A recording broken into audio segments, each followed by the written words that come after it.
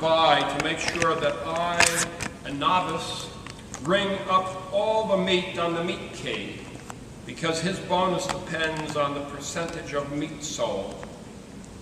The general manager is tearing his hair because the district manager is due any minute. And the lines are too long, and last week was a bad week, etc., etc. And I must continue to smile at and greet every customer. By the way, did you plan to speak on the joy of work? I have also weighed and banded bananas for 6 solid hours. Frankly, it isn't very creative. Did I band the bananas to the glory of God? No, I did not. I just banded them because I had to. When I weighed cabbages, I tried to be honest.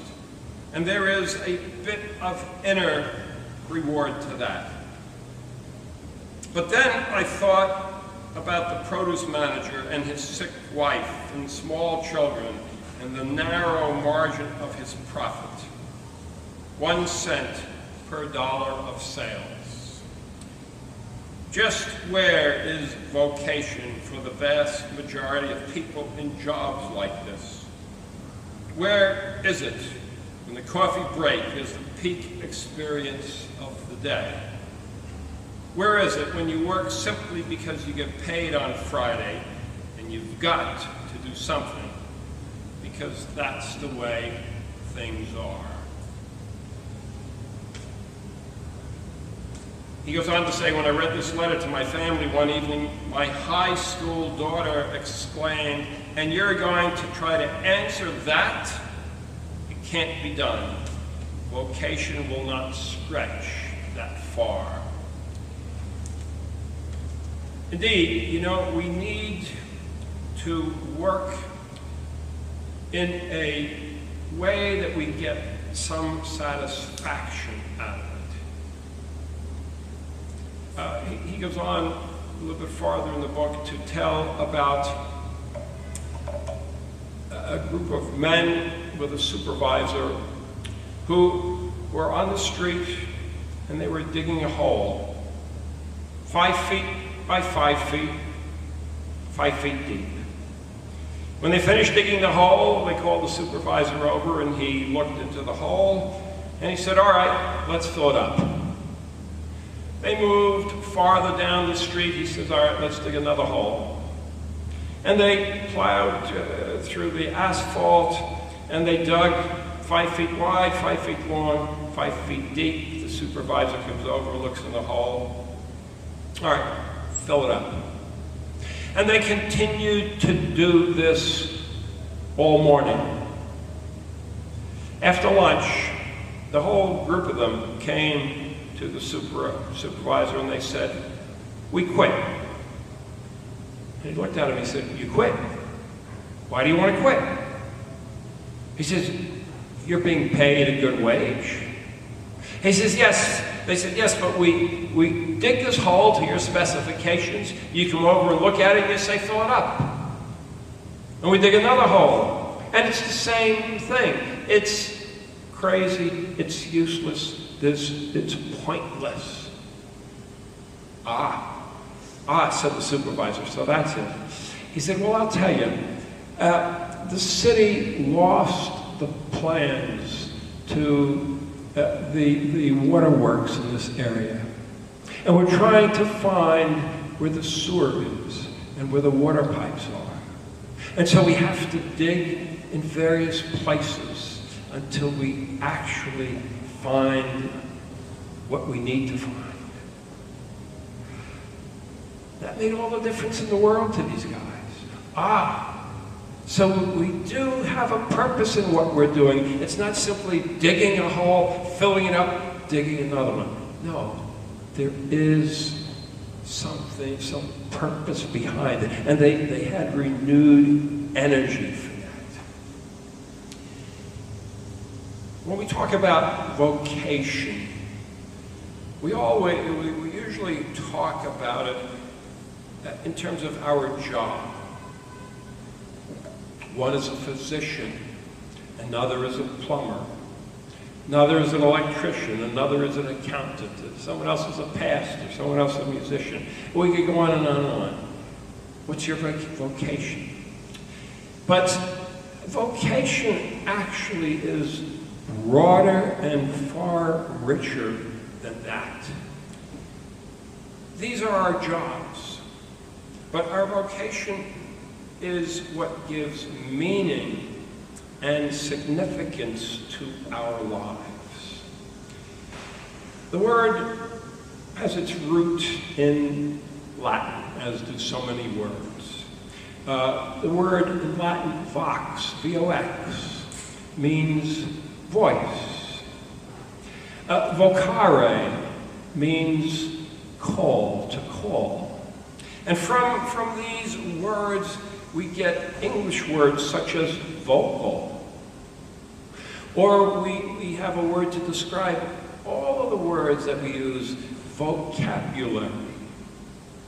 And then, of course, the same root is in this word vocation, which means calling. A calling.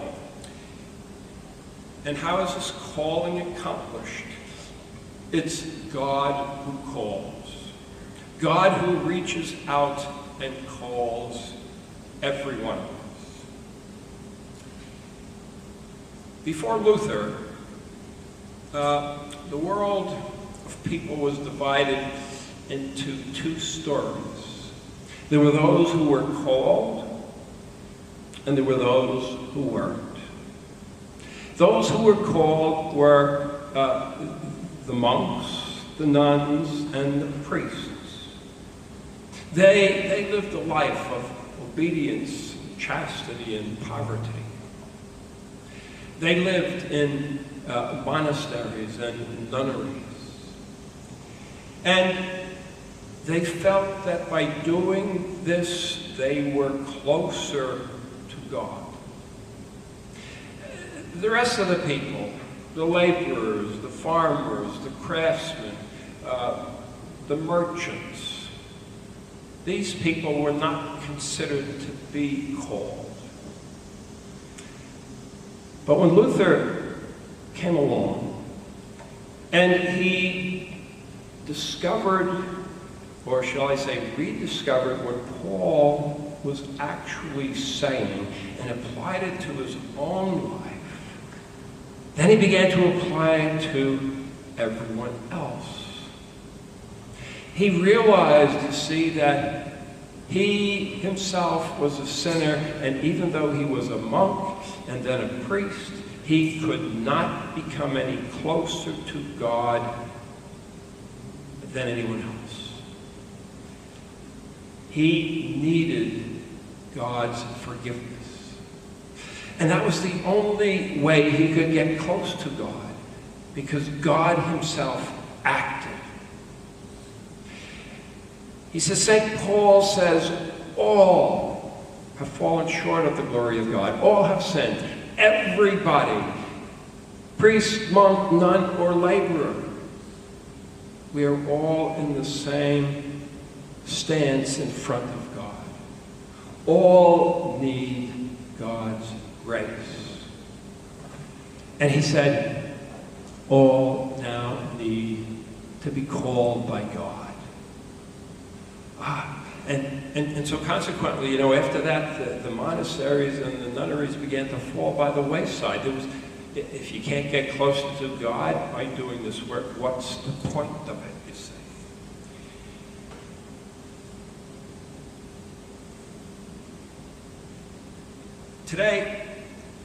Today it sounds strange to say that we are called by God. We see ourselves as independent. We see ourselves as having created ourselves. We study, and then we work. If we study longer and harder, our work can be better. Someone who practices an instrument for 8 hours a day is going to be far better than someone who practices only 1 hour a day. There's a difference. You yourself make the decision. You see, you create yourself. You can pull yourselves up by your own bootstraps, as they say. This is certainly the American way of thinking. We are in charge of our lives, the captain of our ship. But as soon as we say that, we have forgotten what it says then in Psalm 100. It is God who has made us, and not we ourselves. In reality, you see, this is the original sin. We don't want someone above us. We want to be in charge. And so we create this illusion that, yeah, we are in charge. We're our own God. We forget about the God who actually has made us. Jesus says, you didn't choose me, I chose you. He called his disciples. And in our gospel today, he sends out these disciples with a job.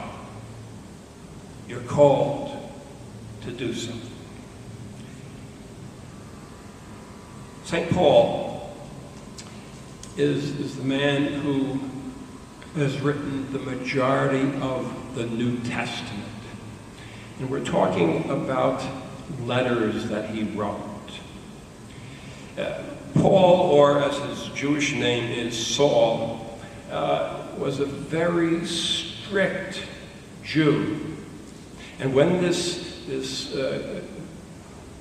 Christianity started to come about, when fellow Jews began to talk about the resurrected Jesus and began to worship him, he found it abhorrent, he disliked it, and he began to persecute these early Christians. And he was on his way this one time to Damascus to root out some Christians there, when he had a vision. There was a flash of light. He was thrown to the ground from his horse. He was blinded, and a voice said, Saul, Saul, why are you persecuting me? And he was astounded, and he said, who is it? And the voice said, it is Jesus who is resurrected. And that changed his whole life. He was brought into Damascus by his friends. A Christian there came and spoke to him. He baptized him, and the scales from his eyes fell off. He could see again. He went into Arabia for several years trying to process this whole thing. And when he came back, he spoke to the disciples, the 12 disciples, and he said, look, why don't you deal with the Jews? These are the people you know, people in Judea and Galilee and Samaria. He said, I will deal with the Greeks. I speak Greek. I know them. I'll go up into Asia Minor, to Turkey, and over to Greece. And it was agreed, and so he did that. He did it 3 times, and he formed little congregations. He'd stay in a city or a town, and he would gather some people, telling them the good news of Jesus' resurrection. And then he'd move on, you see, and he'd do the same thing again. And then move on again. But then, you know, what happens when your leader leaves? You develop questions. And so they would send him letters and say, what do we do about this and what do we do about that? And so he would write them back. And the letters that we have in the New Testament are the answer to these questions. We don't have all of them. They've been lost. But we do have some of them. And these congregations shared these and passed them around, you see. But the thing that really bothered Paul and Gwen read it earlier today. He had what he described as this thorn in the flesh. We don't know what that was, but he had some kind of ailment that plagued him. It didn't go away. Scholars have speculated, they don't know. Was it a problem with speaking? He had to stutter? Maybe. Others have said maybe he had epilepsy and went into fits occasionally. It could have been anything.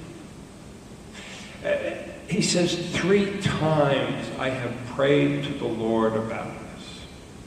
Now to me, that seems like a very little amount of praying.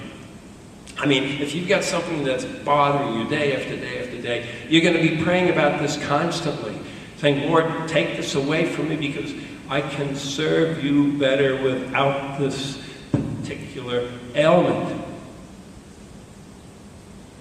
But after the 3rd time, God said, my grace is sufficient for you, and my power is made perfect in your weakness. And he trusted that. And he lived with that. And he even rejoiced, you see, that he had this ailment. Because it was not he who was transforming people's lives, but it was God working through his meagerness, his weaknesses. And God chose him, you see. God chose him to work through him, to get these little churches going, which he did. And all went to God's glory.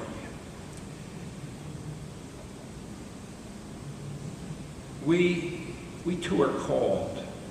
This is our vocation. God calls us. He calls us through his grace, and he says the words of forgiveness to each one of us. This is the good news that we have. We don't need to be laden down with guilt. God has forgiven us. And then he says, just share that. I'm sending you out to share that good news. Well, how do we do that? Because this is something we're all afraid of doing. But it can be very simple. You know, you meet someone, you talk to someone, and as you talk, you're going to talk about things that are meaningful to you. And one of the things that is meaningful to you is your church. You wouldn't be here Sunday after Sunday. It's something that you take with you. And so it's a very simple matter at some point in a conversation to say, hey, do you go to church? And if they say yes, you say, oh, that's great, I do too. Isn't it wonderful that we can hear God's word? And if they say no, the object is not to get into a big debate, not to argue with them. It's just to say, you know, I get so much out of it. I'd like to just invite you to come. Church is at 10 o'clock at St. John's. That's all we need to do. That's, as meager as that sounds, because God does the rest. Jesus sends out his disciples. How long had they been with him? They're fishermen, and one is a tax collector. Who knows what the others did? They're not well-educated men, but they go out in their simplicity. Just say a word about Jesus, and God does the rest. And that's what we're called upon to do, you see. Speak a word. Invite. And who knows if it'll happen the next Sunday, or a year from now, or maybe 10 years from now. That's up to God. But that invite will sit with somebody. It'll be in their heart. It'll be in their mind. They'll remember that.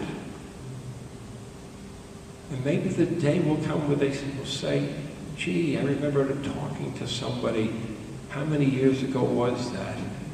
Let me go and find out what meant so much to that person. And so we're called to church.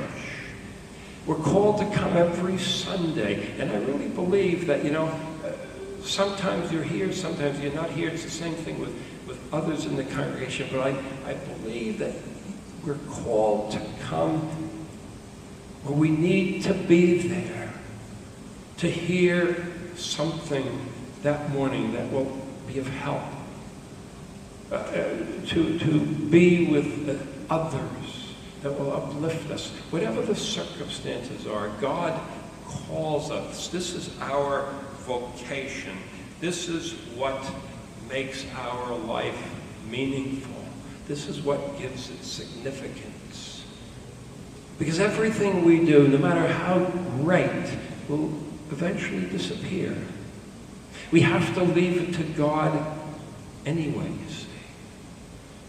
And God's power is made known through our weakness, through our meager attempts. And He is the one then who, as He has worked in our hearts and minds, will be able to work also in others. We do only so much. God does the rest. Amen. The peace of God, which passes all understanding, keep your hearts and your minds in Christ Jesus. Let us continue with singing the hymn that's on our insert. It's number 484.